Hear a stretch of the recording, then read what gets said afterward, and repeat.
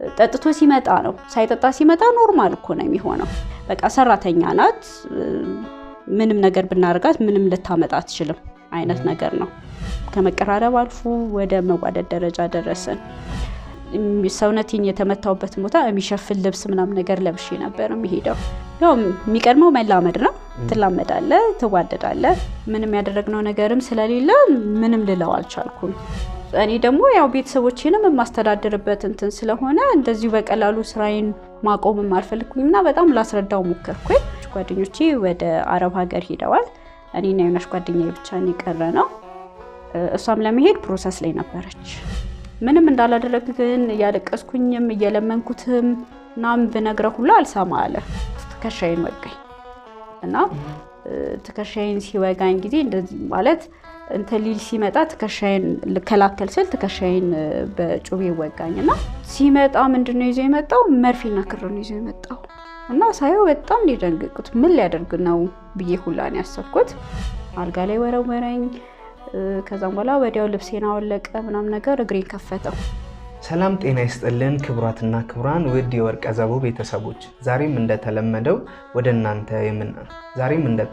የኛ ጉዳይ የተሰኘውን ፕሮግራም ይዘን ወደ እናንተ መተናል የዛሬው ባለ ታሪካችን ፍቅረኛዬ በቅናት መንፈስ ተነሳስቶ ብልቴን ሰፋኝ ትለናለች እንግዲህ በጣም አሰቃቂ ነገር ነው እሷ ላይ ደረሰው አብዛኞቻችሁም በተለያዩ ሚዲያዎች ታሪኳን ሰምታችሁት ነበር ዛሬ ደግሞ ወደኛ ስቱዲዮ መጣ ያለውን ነገር ከስር መሰረቱ ልታጫውተን መጣለች እንዴት ነው ይሄን ነገር ያደረገባት ሰው መጨረሻው ምን ሆነ የሚለውን አብረን እንከታተላለን ከዛም በተጨማሪ ደግሞ አሁን በምን ሁኔታ ላይ ትገኛለች የሚለውንም እንግዲህ አብራችሁን ከሆናችሁ ሁሉንም ነገር ተሰሙታላችሁ እኔ በረከት ታደሰ ፕሮግራሙን እየመራው ተጠብቃችኋለሁ አብራችሁን ሁኑ መልካም ጊዜ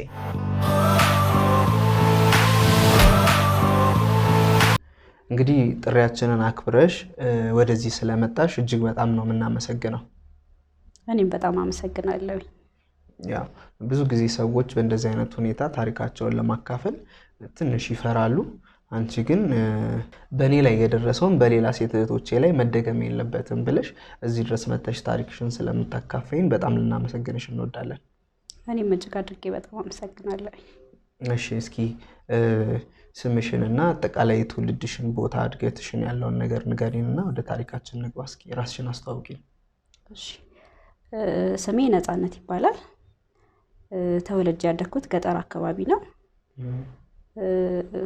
ከገጠር ወደ አዲስ አበባ የመጣሁት ያው በስራ ጉዳይ ነው ለስራ ነው የመጣሁት የቤታችን የመጀመሪያ ልጅም እንደመሆን የመጣ ቤተሰባችን ላይ በጣም ጫና አለ ኢኮኖሚያችንን በጣም ትንሽ የወረደ ስለሆነ እነሱን ለማስተዳደር ስል ያለኝ አማራጭ ወደ ከተማ መጥቶ ስራ መስራት ነበርና ከተማ ስመጣ አብሮ አደግ የነበሩኝ እዛ ገጠር ላይ የነበሩት ልጆች አዲስ አበባ መጥተው ይሰሩ ነበርና እነሱ ጋር መጣሁኝ ከዛ በኋላ ከነሱ ጋር መጥቼ እነሱ ቤት ማረፍ ከጀመርኩኝ በኋላ ደላላ ቤት ወሰዱኝ ስራ እንድቀጠር ማለት ነው ከዛ ደላላ ቤት ሄድኩኝ ደላላው ሰው ቤት ተቀጥሬ እንድሰራ አደረገኝ ያው ከተማ መጥቼ የተወሰነ ጊዜ እንትን ብልም ግን ከሰዎች ጋር መግባባት ነበረ ለመግባባትም ሰዎችንም እንትን ለማለት ብዙም አልከበደኝም ከዛ መጥቼ ልክ የመጀመሪያ የገባሁበት ሰዎቹ ጥሩ ቢሆኑም በአንዳንድ ነገሮች የተነሳ ሳልስማማ ቀርቼ የተወሰነ ጊዜ ሰራሁኝና ወጣሁኝ ተመልሼ ሌላ ደላላ ጋር ሄድኩኝ ለተወሰኑ ጊዜዎች እንደዚህ ነበር ደላላ ጋር ሄዳለሁኝ የሆነ ቤት ያሰራኛል ከዛም በኋላ ተመልሼ እወጣለሁ ምናምንና ብዙ ቤት እንደዛ ነበር እስኪ እንደው ምንድን ነበር ምክንያትሽ ቶሎ ከምትሰሪባቸው ቦታዎች ለመውጣትሽ ሲቀጥል ደግሞ እስኪ እንዴት ነው የኛ ማህበረሰብ ለሰራተኛ ያለው ግንዛቤው ሰው ቤት ሰሪ እንደነበረ ነግረሽናልና እንዴት ነው ሰራተኛ ትሪት የሚያደርጉት በምን አይነት ሁኔታ ነው አቀባበላቸው ሁኔታቸው እስኪ የምትገልጪው ነገር ካለ እሱንም አያይዘሽ መልሽልን አንዳንድ ሰዎች ለሰራተኛ ያላቸው አመለካከት ጥሩ ነው አንዳንዶቹ ደግሞ ሰራተኛን በጣም ይሄ እንደ ኖርማል ኦር እንደ ቤተሰባቸው እንደ ልጃቸው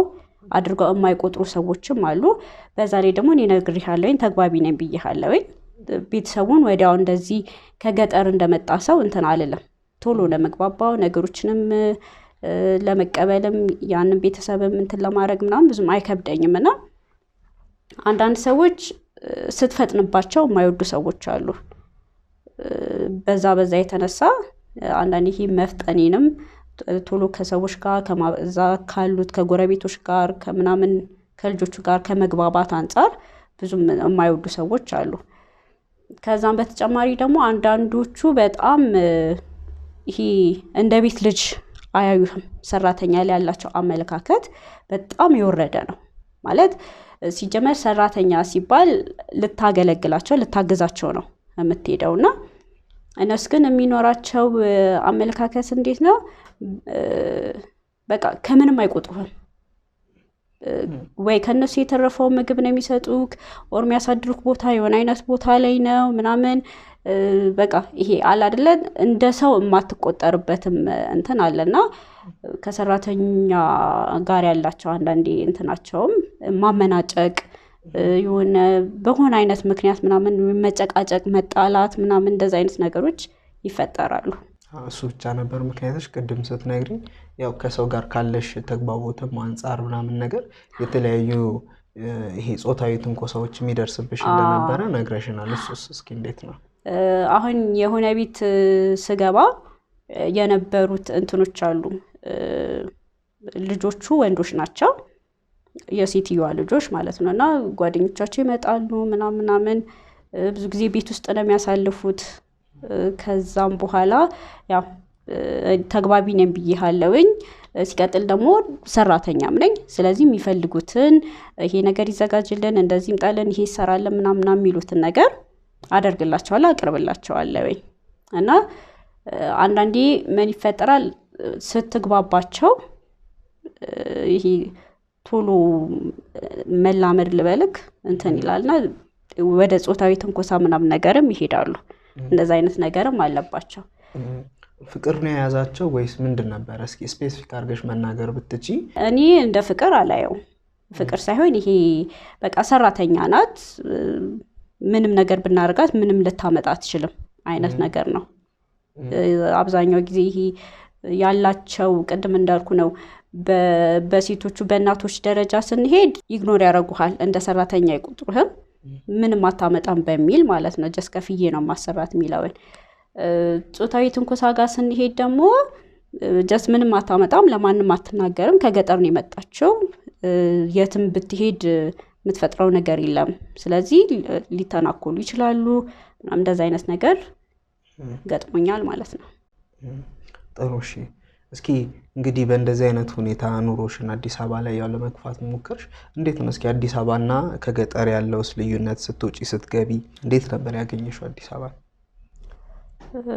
አዲስ አበባ አሪፍ ናት ለመስራትም ቶሎ ራስንም ለማሳደግ ለማሻሻል ምናምን ነገር አሪፍ ናት።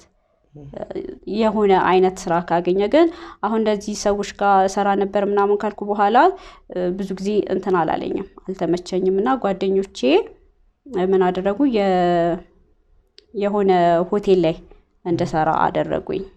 እና እዛ ሆቴል በደላላ ጓደኞቼ አገናኝተውኝ እዛ ሆቴል መስራት ጀመርኩኝና አንዳንዶቹ ጓደኞቼ ከኔ ጋር የነበሩት በሆነ እንትን ወደ አረብ ሀገር ምናምን ነገር ይሄዳሉ ለቤተሰቦቻቸው ጥሩ ነገር ያደርጉላቸዋልና እዛ የሰው ቤት ተቀጥሬ ስሰራ ብሩም የተወሰነ ነው እና ከተከራየንበት ቤት ለራሳችን ከምናደርገው ምናምን ተርፎ ቤተሰብ ጋር ለመላክ አይበቃኝም። ስለዚህ ያለኝ አማራጭ የተሻለ ነው ብዬ ያሰብኩት በዛን ሰዓት ምን ነበረ ሆቴል ላይ ተቀጥሮ መስራት ነበር። እና ሆቴል ላይ ተቀጥሬ ስሰራ እንዳልኩ ጓደኞቼ አብዛኞቹ ጓደኞቼ ወደ አረብ ሀገር ሄደዋል። እኔና የሆነች ጓደኛዬ ብቻ ነው የቀረነው። እሷም ለመሄድ ፕሮሰስ ላይ ነበረች። እንዳልኩ ተግባቢ ስለሆንኩኝ ከሰዎች ጋርም ከደንበኞች ጋርም እዛ ከሚያሰሩኝ ሰዎች ጋርም ለመግባባት አልተቸገርኩኝም ነበረ። ከዛም በኋላ የማታ ስራም ስለነበረው ማታ ላይ አምሽቼ ከስራ ቦታ ስወጣ የሚሸኘኝ ሰው አልነበረም እና የዛ ሆቴል ተጠቃሚ የነበረ ሰው ከመግባባት የተነሳ እሱ ይሸኘኝ ጀመረ እና የተወሰኑ ጊዜዎች እንደዚህ አሳለፍኩኝ። ግን ከሰውዬው ጋር በነበረን እንትን በጣም ጥሩ ሰው ነው እጅግ በጣም ጥሩ ሰው ነው። ስቲል ሪስፔክት አደርገዋለሁኝ እና ጓደኛዬ ወደ አረብ ሀገር ፕሮሰስ ትጀምራለች። ከዛን የተወሰነ ጊዜ ነው የቆየችው ከኔ ጋር ብዙም እንትን አላለችም። ግን በዚህ ሁሉ መሃል ውስጥ አንዳንዴ እንደዚህ ሲቸግረኝ ብር ሲያጥረኝ ምናምን ነገር ቤተሰቦቼ ጋር ለመላክ ስፈልግ ያለኝ አማራጭ የምቀርበውም በሰዓቱ ከጎኔም የነበረው እሱ ስለነበረ ከሱ ብር በደር ነበረ። ሳገኝ ደሞ ሲደርስ ምናምን ነገር ደግሞ መልስለታለሁኝና በችግሬ ሰዓት አጠገቤ ነበር። በጣም በቸገረኝ ሰዓት በጨነቀኝ ሰዓት ማንም ማዋየው ጓደኞቼም አብዛኞቹ ስለወጡ እኛም ፕሮሰስ ላይ ስለነበረች ምናምን በሰዓቱ ማንም አጠገቤ አልነበረም እና የነበረኝ አንድና አንድ እሱ ብቻ ነበረ። በጣም ተግባባን። ከመግባባት አልፎ ከመቀራረብ አልፎ ወደ መዋደድ ደረጃ ደረስን። ከዛን እንደዛ ከሆነ በኋላ በመሃል እንደዛ አይነት እንትን ላይ እያለን ጓደኛዬ ፕሮሰስ ጨርሳ ትሄዳለች። ከዛም በኋላ ግን የቤት ኪራይን አልቻልኩትም። በጣም ከአቅሜ በላይ ሆነ። የቤት ኪራይ ከፍዬ ራሴን አስተዳድሬ እንደገና ደግሞ ቤተሰቦቼ ጋርም ልኬ ብሩን ሊበቃኝ አልቻለም። ያለሁበትን ሁኔታ አሳወቅኩት። ከዛም በኋላ እንዴ በቃ ለምን ትቸገሪያለሽ? እኔም ብቻዬን ስለምኖር አብረን ለምን አንኖርም አለኝ። ሲቀጥል እሱም እንደገና እሱንም ከማስቸገር ምክንያቱም ከማስቸገር ስልክ ወደ ስራ ባይኖረው እንኳን እኔ ለመሸኘቱ ላይ መጣ ነበር። ስለዚህ እንደዛ እንትን ከመላልኩኝና ሲቀጥል እየተዋደድን ነው ብዬሃለሁኝ። እየተዋደድን ነው ጥሩ እንትን ላይ ነበርንና ከዛ አንፃር እምቢም አላልኩትም። ከሱ ስለመጣም ደግሞ ደስ ብሎኛል። ከዛም በኋላ በቃ እሱ ቤት መኖር ጀመርን። እየተዋደድን ነው ስትይ ትንሽ ግራ ገባኝ። እየተዋደድን ነው ምን ለማለት ነው? ምን ማለት ነው አልገባኝም። እስኪ አስረጂ።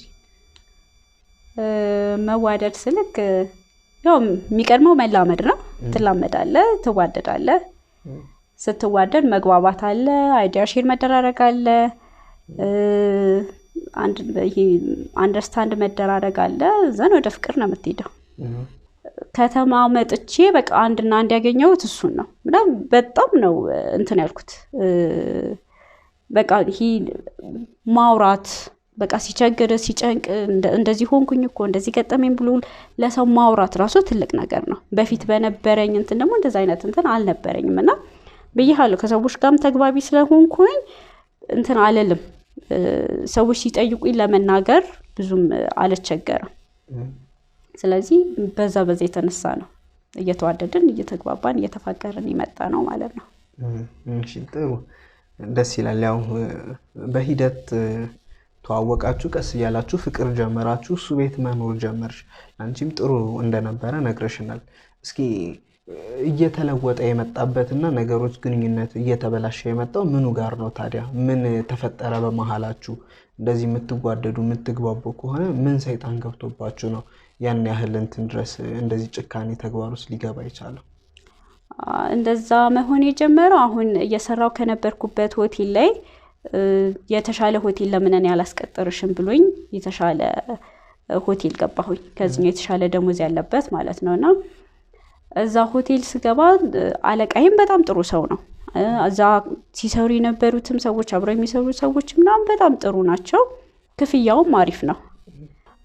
እዚህኛው ሆቴል መስራት ከጀመርኩኝ በኋላ ያው የሆቴሉ ስታንዳርድም ስለሆነ አለባበሳችን ዩኒፎርማችን ምናምን ነገር እንዳለ ሆኖ ግን ያው ብርም ስታገኝ በፊትም ስላልነበርኩበት ብር ይሄ የራሴ የሆነ ብር ሳገኝ ደግሞ መዘነጥ ጀመርኩኝ። እኔ ራሴ መዘነጥ ጀመርኩኝ። ጸጉሬን በየጊዜው መሰራት ባለኝ ትርፍ ጊዜ ባለኝ ከስራ ውጪ በመሆናቸው ጊዜያቶች በቃ ያለኝ እንትን የራሴ የውበት እንትን መጠበቅ ነው የምፈልገውና ከሰዎች ስራዬም ከሰዎች ጋር በጣም ስለሚያገናኘኝ ሰዎች የሆነ መልኬን ይወዱታል።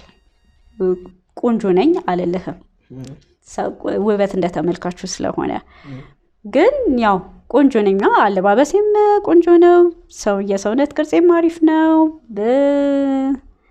ያው እንከን ይወጣልኛል አይደለም ግን ያው ቆንጆም ስለነበርኩኝ ከሆነ ጊዜ በኋላም ያው አንዳንዴ ምቾትም ሲመጣ ምናምን ይሄ አምሮህም እረፍት ሲያደርግ ምናምን የሰውነት እንትንህም ይቀየራልና በዛ የተነሳ ማለት ከሆነ ጊዜ በኋላ ከገጠር የመጣችው ሳትሆን ከተማ ውስጥ የነበረችዋን ነፃነትን ነው እንትን ያልናትና በቃ ይሄ አለ አይደለ መጨቃጨቅ ጀመረ።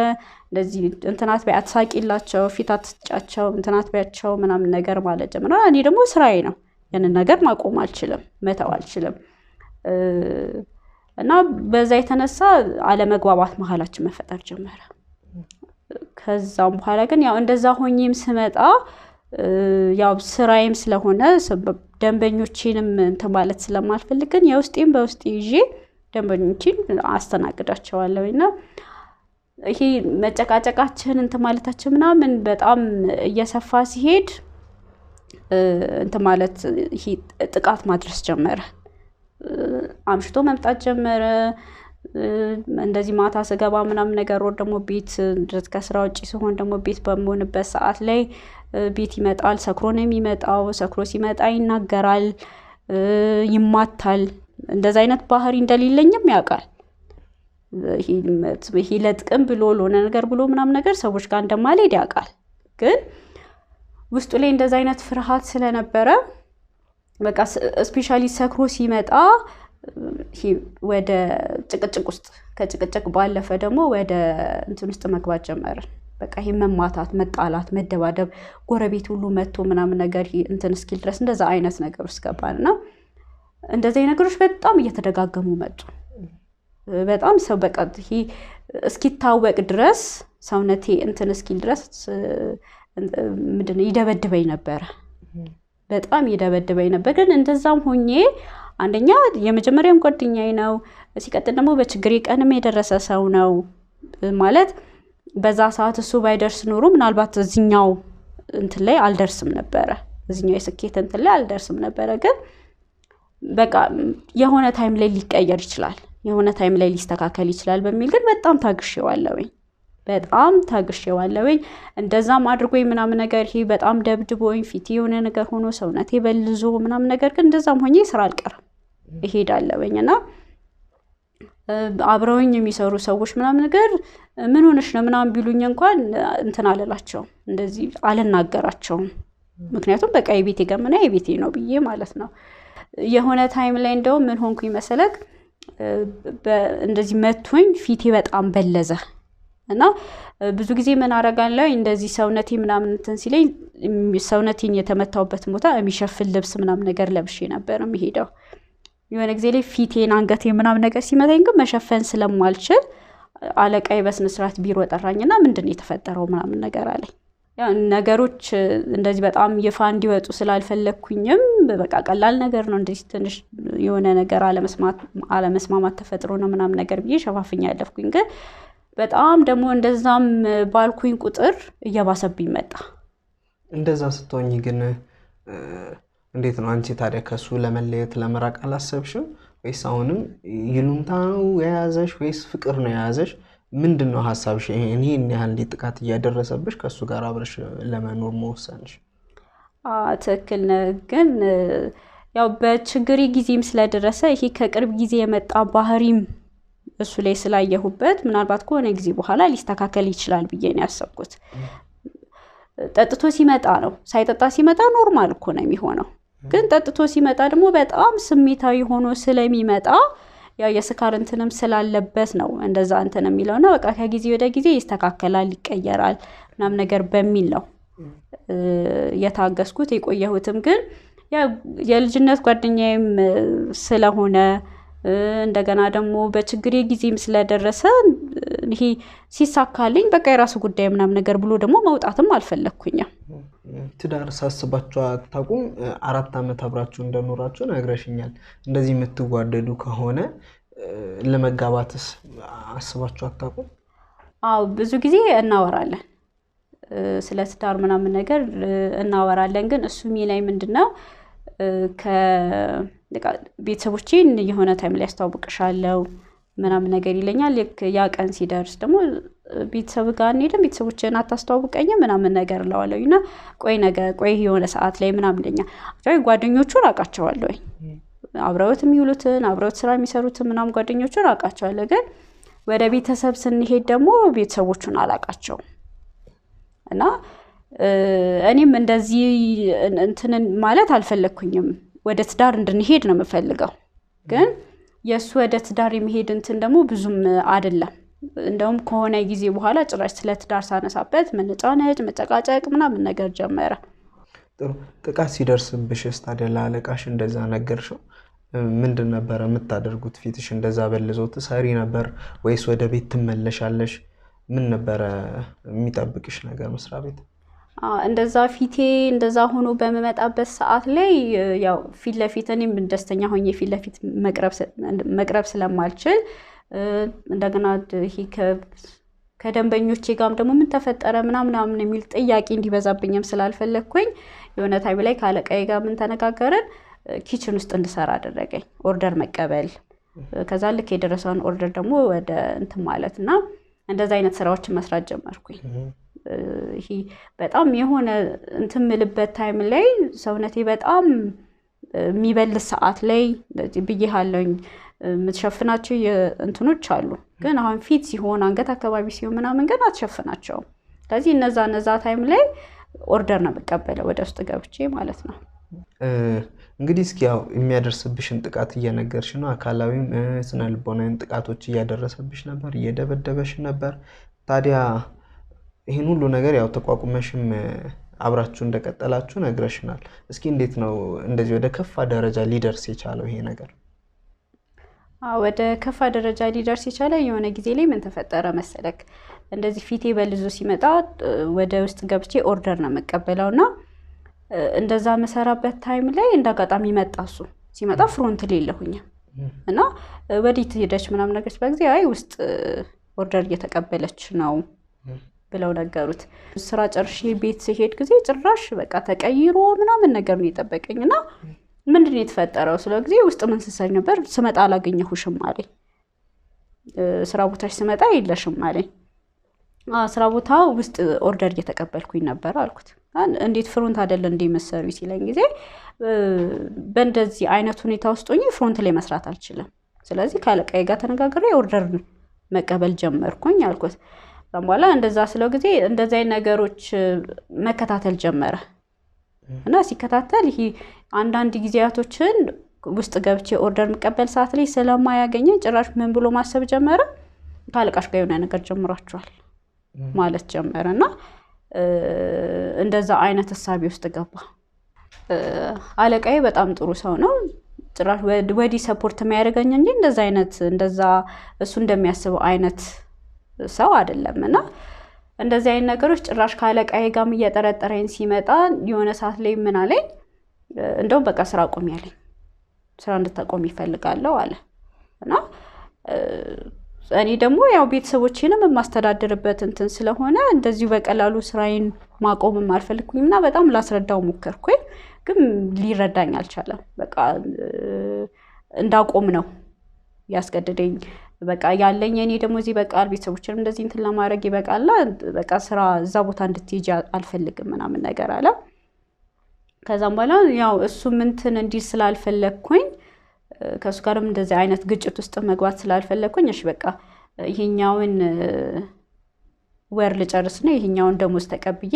ቀጣይ ላቆማለሁኝ አልኩት የሆነ ጊዜ ላይ እንደዚህ ውስጥ ላይ ኦርደር ተቀብዬ ምናምን ነገር ስራዬን ጨርሼ ወደ ቤት መጣሁኝ እና ቤት ስመጣ ጭራሽ በቃ ማላውቀው ሰው ሆኖ ነው የጠበቀኝ ጠጥቷል በጣም ነው የጠጣው በቃ ያስታውቃል ምናምንና ስመጣ አልነበርሽም ነው ያለኝ እና ውስጥ እየሰራሁኝ ነበር ነው ያልኩት ከዛም በኋላ ቃል ያምነኝ አልቻለም ጭራሽ ካለቃሽ ጋር ሌላ ነገር ጀምራችኋል ምናምን ነገር ማለት ጀመረ እንዳልሆነ ነገርኩት ላስረዳው ጣርኩኝ ግን በቃ ሊቀበለኝ አልቻለም ጩቤ ይዞ መጥቶ ምናምን በቃ አደርጋችኋል ምንድነው ያደረጋችሁት ምናምን ነገር ብሎ ማስፈራራት ጀመረና ምንም እንዳላደረግ ግን ያለቀስኩኝም እየለመንኩትም ናም በነገረ ሁሉ አልሰማ አለ በጣም እየለመንኩት እየነገርኩት ነበር ተናገሪ ምንድነው ያደረጋችሁት አድርጋችኋል አይደል ምናምን ነገር ብሎ ያስፈራራይ ምናምን ነገር መጣ ምንም እንዳላደረግንም ምንም ያደረግነው ነገርም ስለሌለ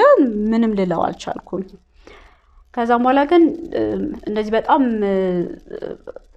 ይሄ እየተናደደ እየተቆጣ ምናምን ነገር መጣና ከሻይን ወጋኝ እና ትከሻዬን ሲወጋኝ ጊዜ እንደዚህ ማለት እንተ ሊል ሲመጣ ትከሻዬን ልከላከል ስል ትከሻዬን በጩቤ ወጋኝና መድማት ጀመረ።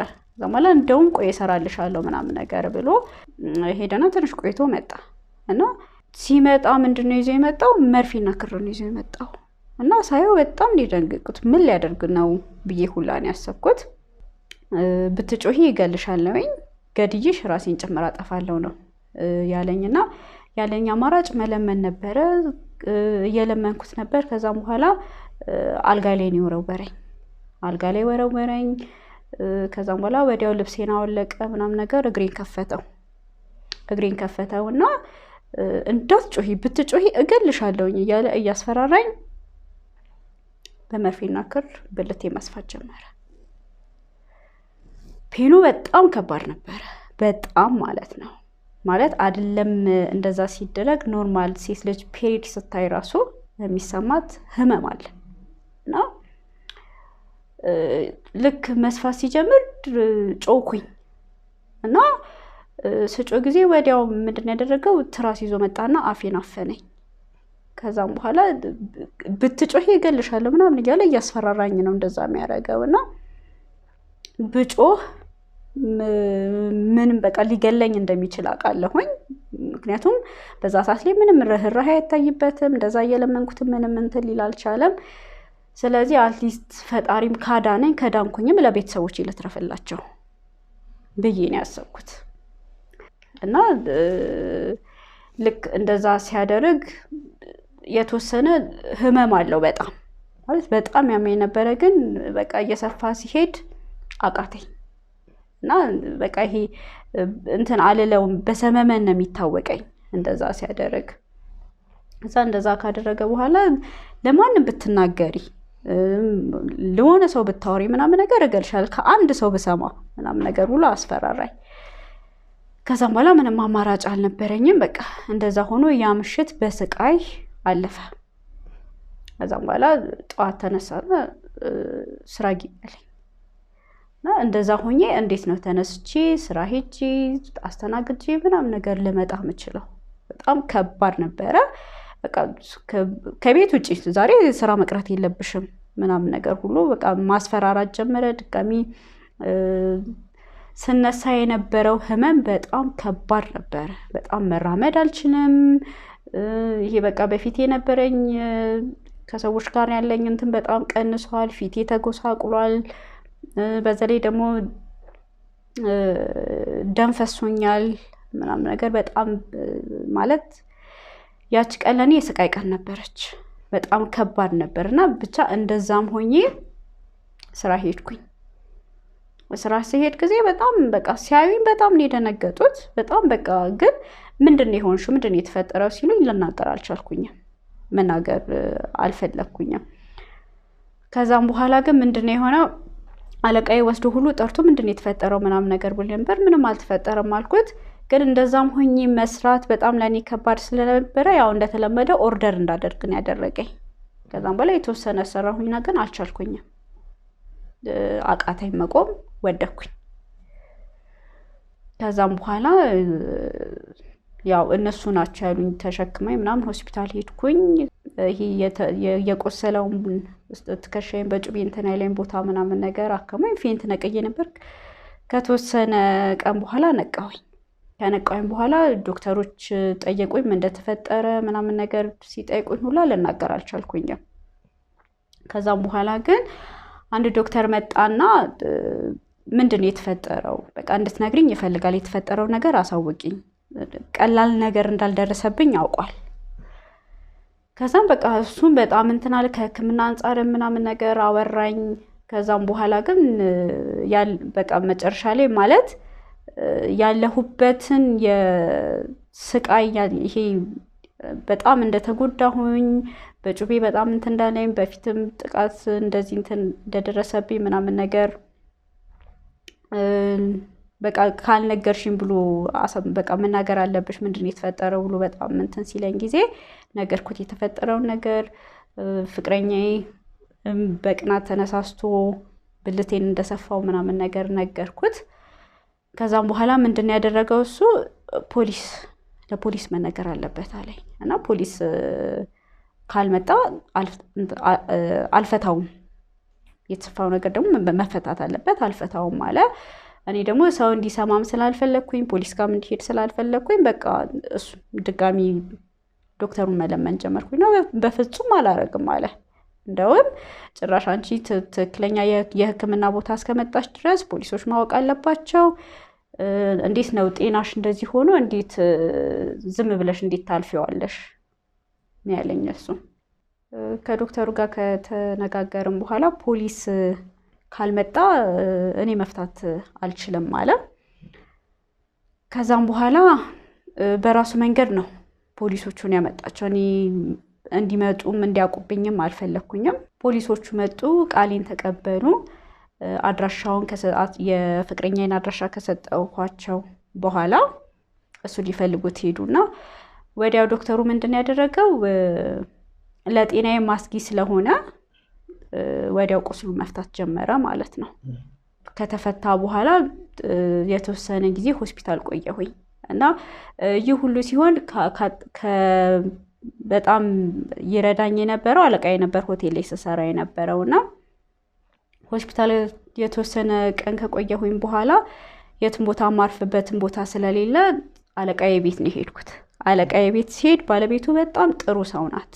በፊትም የነበርኩበትንም ሁኔታ ምናምን ነገር እንደዚህ እየሄደም ስለሚያወራት ምናምን ነገር ታቀኛለች፣ በስም በአካል ባታቀኝም በስም ታቀኛለች። እና እነሱ ቤት ሄድኩኝ።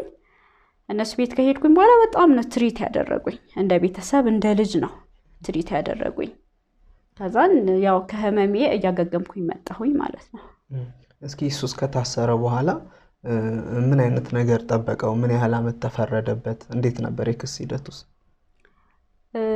የክስ ሂደቱ ያው አብዛኛውን እንትን አለቃዬ ነው እየሄደ ጉዳዮችን ሲያስጨርስ የነበረውና ኬዙ በእንትን የተያዘው የህፃናቶችና ሴቶችና ህፃናቶችን ጉዳይን ይዞታል። በጣም ወንጀልም ስለሆነ ፍቅረኛዬ ምንድነው የተፈረደበት 12 አመት ከ5 ወር ነው የተፈረደበት። እንደ አንድ ግለሰብ እኔ በግሌ በቂ ነው ብዬ አላስብም። ይሄን ያህል ያው እንግዲህ እነሱ የፈረዱበት የራሳቸው ሁኔታ ሊኖር ይችላል። እንግዲህ እሱን አላቅም። እኔ ግን እንደው እጥፍ ቢፈረድበት ባይነኝ፣ ለሌሎችም ማስተማሪያ የሚሆን ነገር ቢደረግ ባይነኝ። እንደዛ ሆኖ እንዳለ እስኪ አሁን በምን አይነት ሁኔታ ላይ ትገኛለሽ? ምን እያደረግሽ ነው? እየሰራሽ ነው? እየተማርሽ ነው? በምን አይነት ሁኔታ ላይ ነው ያለሽው? እግዚአብሔር ይመስገን አሁን ያለሁበት ሁኔታ አለቃዬ ቤተሰብ ጋር ነው ያለሁት። ባለቤቱ ልጆቹ ምናምን ነገር አሉ። ልክ ከሆስፒታል እንደወጣሁኝ እነሱ ጋር የትም መሄጃ ስለሌለኝ እነሱ ጋር ነው የመጣሁት። እነሱ ጋር መጥቼ ከህመሜ ሳገግም ወደ ትክክለኛ ወደሆነ ጤና ስመለስ ያቆምኩትን ትምህርት ነው የቀጠልኩት። እነሱም በጣም ጥሩ ሰዎች ናቸው። ባለቤቱም እጅግ በጣም ጥሩ ናት። ትምህርቴን እንድቀጥል እንደ ቤተሰብ እንደ ልጅ አይተውኝ ትምህርቴን እንድቀጥል አድርገውኛል ማለት ነው። በጣም ጥሩ። እንግዲህ ያው ደስ የሚል እንትን ነው የገጠመሽ። አጀማመርሽ ትንሽ ቢያሳዝንም ግን አሁን ላይ ጥሩ ሁኔታ ላይ ትገኛለሽ። እስኪ አሁን አንቺ የገባሽበት ሁኔታ ውስጥ ሌሎችም ሴቶች እንዳይገቡ ምን ታስተላልፊያለሽ? ምን ትመክሪያቸዋለሽ? እኔ ለሴቶች መናገር የምፈልገው ሴቶች በተፈጥሯችን እንትን አይደለንም፣ ቁጥብ ነን። ቶሎ ሀሳባችንን አንናገርም፣ ይሉኝታ ይዘናል። ግን ከኔ ታሪክ መማር አለባቸው ብዬ ማስበው ምንድነው ቻሌንጅ ማድረጉ እንዳለ ሆኖ ግን ያው ጾታዊ ትንኮሳ የትኛውም የሴቶች ህይወት ላይ ያለ ነገር ነው። ግን በቃ እንትን ማለት የለብንም፣ መናገር አለብን። አጠገባችን ላለው ሰው መናገር አለብን። አጠገባችን ለማንም መናገር ባንችል እንኳን ፖሊስ ጣቢያ ሄደን መናገር እንችላለን። አሁን እኔ በሰዓቱ እንደዛ ልክ እሱ እንደዛ አይነት ባህሪ ማምጣት ሲጀምር አጠገቤ ላሉት አብረውኝ ለሚሰሩ ሰዎች ብናገር፣ እነሱ ደግሞ ፖሊስ ጣቢያ ሄጄ እንድናገር ቢያደርጉ፣ እንደዛ አይነት እንትን ቢል ይሄን ያህልም እንደዚህ አይነት ነገር ውስጥ አልገባም ይሆን ነበርና ሌላው ደግሞ ሴቶች ጥገኛ አትሁኑ። ያ ማለት ምን ማለት ነው? የራሳችን ስራ መስራት ካለብንም የራሳችንን ስራ ሰዎች እንኳን በገንዘብ ቢደግፉን ሀሳባችን የራሳችን መሆን አለበት። ምክንያቱም ገንዘብም ሰጥተውን ሀሳብም ሰጥተውን እንትን የምንል ከሆነ ያው ዞሮ ዞሮ እነሱ ላይ ጥገኛ ምን ሆነ ከነሱ ውጭ ወዲትም አንሄድም ማለት ነው። እኔ የጥቃት የደረሰብኝ ሙሉ በሙሉ እሱ ላይ ጥገኛ ስለሆንኩኝ ነው። ስለዚህ ሴቶች ማንም ላይ ጥገኛ አትሆኑ። ስለዚህ ሴቶች ከማንም በላይ በራስ መተማመን ይኖራችሁ፣ መለወጥ ትችላላችሁ፣ ማደግ ትችላላችሁ፣ መስራት ትችላላችሁ። እነሱ የደረሱበት ወንዶች የደረሱበት ቦታ ላይ መድረስ ትችላላችሁ እላለሁኝ። አመሰግናለሁ። ጥሩ መልእክት ነው ያስተላለፍሽልን፣ እናመሰግናለን። ያው እንግዲህ ክቡራትና ክቡራን ታሪኳን የሰማችሁትን ይመስል ነበረ። ጥሩ መልእክት ማስተላልፋልናለች። ነፃነት እንደደረሰባት ችግርና መከራ አይደለችም። በጣም ጠንካራ ሰው ነች። ወደፊትም ብዙ ነገር ማድረግ እንደምታስብ ብዙ እቅዶች እንዳሏትም ነግራኛለች። አሁን ላይ የ2ኛ ዓመት የአካውንቲንግ ተማሪ ነች። እንግዲህ ፈጣሪ ጥሩ ሰው አዘጋጅቶላት እነሱ ቤት እየተማረች ነው የምትገኘው። ማናችንም ብንሆን ከጉዳት በኋላ መልሶ ማገገም መነሳት አለ። የወደቀ ሁሉ ወድቆ አይቀርም መነሳትም አለ። ስለዚህ እንደዚህ አይነት ምናልባት በእንደዚህ አይነት ሁኔታ የምትገኙ ሴቶች ካላችሁ መነሳት ስላለ ተስፋ እንዳትቆርጡ። አሁንም የደረሰባችሁን ነገር አካባቢያችሁ በሚገኙ ፖሊስ ጣቢያዎች እየሄዳችሁ ማሳወቅ ትችላላችሁ። እሱም ካልሆነ ደግሞ ከታች ስክሪኑ ላይ በምትመለከቱት ነፃ የስልክ መስመሮች እየደወላችሁ የደረሰባችሁ ማንኛውም አይነት ጉዳቶችን ማሳወቅ ትችላላችሁ። ነገ ቤተሰብ ከናንተ ብዙ ነገር ይጠብቃል። ስለዚህ ቤት ውስጥ እያለቀሳችሁ በጭራሽ እንዳትቀመጡ። ተነሱ፣ ውጡ፣ አሳውቁ። ከዚህ ጉዳት ማምለጥ መለወጥ ትችላላችሁ። የተሻለ ህይወትም ደስተኛ ኑሮ መኖር ትችላላችሁ። ማንም በእንደዚህ አይነት ሁኔታ እንድትኖሩ የፈረደባችሁ የለም። ስለዚህ ተነስታችሁ ወጣችሁ ጉዳያችሁን አሳውቁ። የደረሰባችሁን ነገር አካባቢያችሁ የሚገኝ ፖሊስ ጣቢያ ማሳወቅ ትችላላችሁ። ክቡራትና ክቡራን የዛሬ ፕሮግራማችንን የተከታተላችሁትን ይመስል ነበረ። እንግዲህ በቀጣይ ሳምንት በሌላ ፕሮግራም እስከምንገናኝ ድረስ መልካሙን ተመኘሁላችሁ። በዛሬ ታሪካችን ላይ ተወያዩ፣ ተነጋገሩበት። መልካም ጊዜ። ቻው።